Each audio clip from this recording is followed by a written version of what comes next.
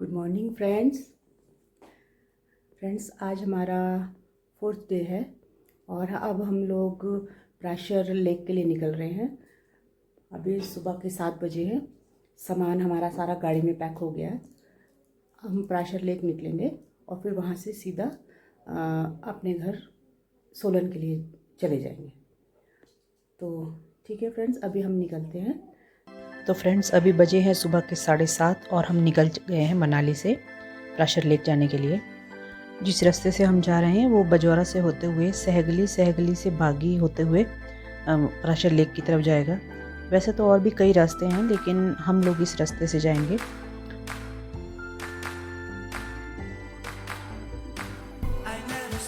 तो अब एक छोटी सी पुलिया से हम मुड़ चुके हैं प्राशर लेक वाले रास्ते में। ये रास्ता बहुत संकरा है और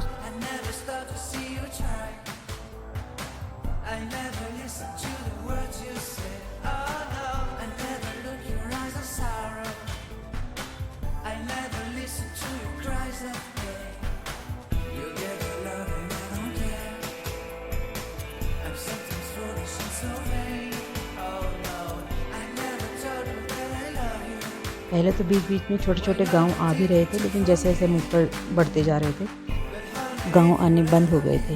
अब सिर्फ घना जंगल था और चढ़ाई वाला रास्ता था। पहले जो पहाड़ बहुत ऊंचे थे अब वो बिल्कुल हमारी नज़रों के सामने थे, यानी कि हम काफ़ी हाइट पे आ चुके थे। हम जब जा रहे थे हमें रास्ते में कोई गाड़ी ना आते हुए मिली ना जाते हुए मिली। शायद हम सुबह बहुत जल्दी निकले थे इसीलिए।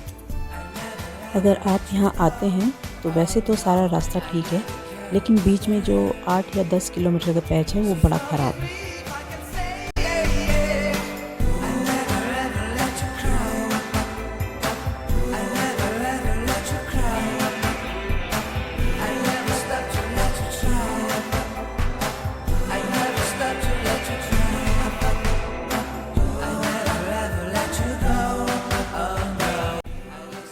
अब हम मंदिर पहुंचने वाले थे। मंदिर की पार्किंग में हमने गाड़ी खड़ी करी और उसके बाद 100 मीटर जितनी चढ़ाई चढ़नी पड़ती है पैदल और 100 मीटर जितना उतराई उतरनी पड़ती है, और उसके बाद सामने हमें पराशर ऋषि जी का मंदिर दिखता है और पराशर लेक दिखती है। तो चलिए अब हम मंदिर और झील की तरफ चलते हैं और इसकी जो खूबसूरती है उसको नज़दीक से देखते हैं। यहाँ मंदिर के चारों तरफ छोटी छोटी सराहें हैं और ज़्यादा कुछ रहने के एकोमोडेशन तो नहीं दिखी हमें। अगर आप कभी यहाँ आते हैं और कुछ वापस नहीं जा पाते, यहीं आपको रहना पड़ता है, तो आपको यहाँ रहने को और खाने पीने का आपको इंतज़ाम हो सकता है, क्योंकि ये जो मंदिर है ये साल में 12 महीने खुला रहता है। चाहे सर्दी हो बरसात हो जैसा भी मौसम हो, ये कभी बंद नहीं होता है। यहाँ के स्थानीय लोगों ने मंदिर के बारे में और झील के बारे में हमें कुछ जानकारी दी जो हम आपसे शेयर करना चाहेंगे। इस जगह पे पराशर ऋषि जी ने हजारों सालों तक तपस्या की थी, उसके बाद यहीं समाधि ले ली थी। फिर 14वीं या 15वीं शताब्दी में राजा बान सिंह जी ने यहाँ पे ये मंदिर का निर्माण किया था। ये जो मंदिर है ये 9000 फीट की ऊंचाई पर बना हुआ है और इसमें अगर जो मंदिर है ये पूरा पानी के ऊपर है। अगर आप 1.5-2 फुट भी खोदोगे ज़मीन तो पानी निकलेगा। मंदिर है वो पूरा पगोड़ा शैली में बनाया गया है। पूरा मंदिर एक ही पेड़ की लकड़ी से बना हुआ है और यहाँ तक कि जो उसमें कीलें लगाई गई हैं वो भी लकड़ी की ही बनी हुई है। इस झील के बारे में भी कई रोचक बातें हमें कई लोगों ने बताई। एक तो इस झील की गहराई आज तक किसी को पता नहीं चली है। दूसरा है कि इस झील का पानी आता कहाँ है और जाता कहाँ से है। इसके बीच में एक छोटा सा भूभाग है जिसको वहाँ की स्थानीय भाषा में टहला बोलते हैं। टहला इसे इसलिए बोलते हैं क्योंकि ये झील में कभी इधर उधर चलता रहता है। इस झील की खूबसूरती को देखने के लिए हमें जो इसके चारों तरफ की पहाड़ियाँ हैं इसमें ऊपर की तरफ जाना पड़ेगा, तभी हम झील की खूबसूरती को देख सकते हैं। हमें ये भी बताया गया कि इस झील का पानी ना ही कभी कम होता है ना ज़्यादा होता है, इतना ही रहता है। और जैसे गंगा जल को लोग पवित्र मानते हैं, इस पानी को भी ऐसा ही पवित्र माना जाता है। ये भी कभी पता नहीं चला है कि इसका पानी आता कहाँ से है और जाता कहाँ पे है।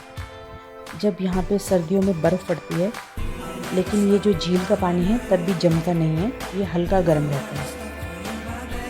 ऊपर से देखने पे ये झील और ये मंदिर का जो दृश्य है ये बहुत ही खूबसूरत लग रहा है। अगर इस झील की खूबसूरती को और ज़्यादा देखना है तो हमें और ऊपर पहाड़ी पे जाना पड़ेगा। हम जितना ऊपर जाते रहेंगे झील उतनी ही सुंदर दिखती जाएगी। ऊपर से देखने पे ऐसा लग रहा था कि पहाड़ों की गोद में ये झील बनी हुई है, जो कि चारों तरफ से इसकी रखवाली करते हैं। हमने एक बात और ध्यान करी कि इस झील के आसपास कोई भी पेड़ नहीं है, चारों तरफ घास का मैदान ही है। सर्दियों में तो ये घास फिर भी सूख जाती है, लेकिन गर्मियों में ये घास हरी रहती है।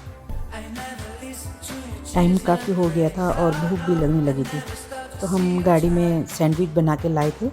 हमने चाय और सैंडविच लिए और वापस हो गए। हम पूरे रास्ते झील के बारे में ही सोचते गए। जितनी सुंदर झील थी, उतने ही रहस्यों से भरे हुए उसके बारे में हमें जानकारी मिली।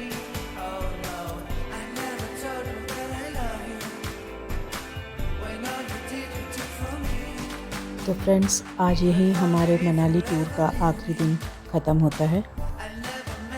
हमने पूरे अपने इस टूर में कोशिश की है कि आपको जितना भी थोड़ा बहुत हमें जानकारी मिली वो आपको ज़रूर दें। तो फ्रेंड्स, अगर आपको ये जानकारी अच्छी लगी तो प्लीज़ मेरे चैनल को लाइक करिए, सब्सक्राइब करिए, शेयर करिए। Thank you so much.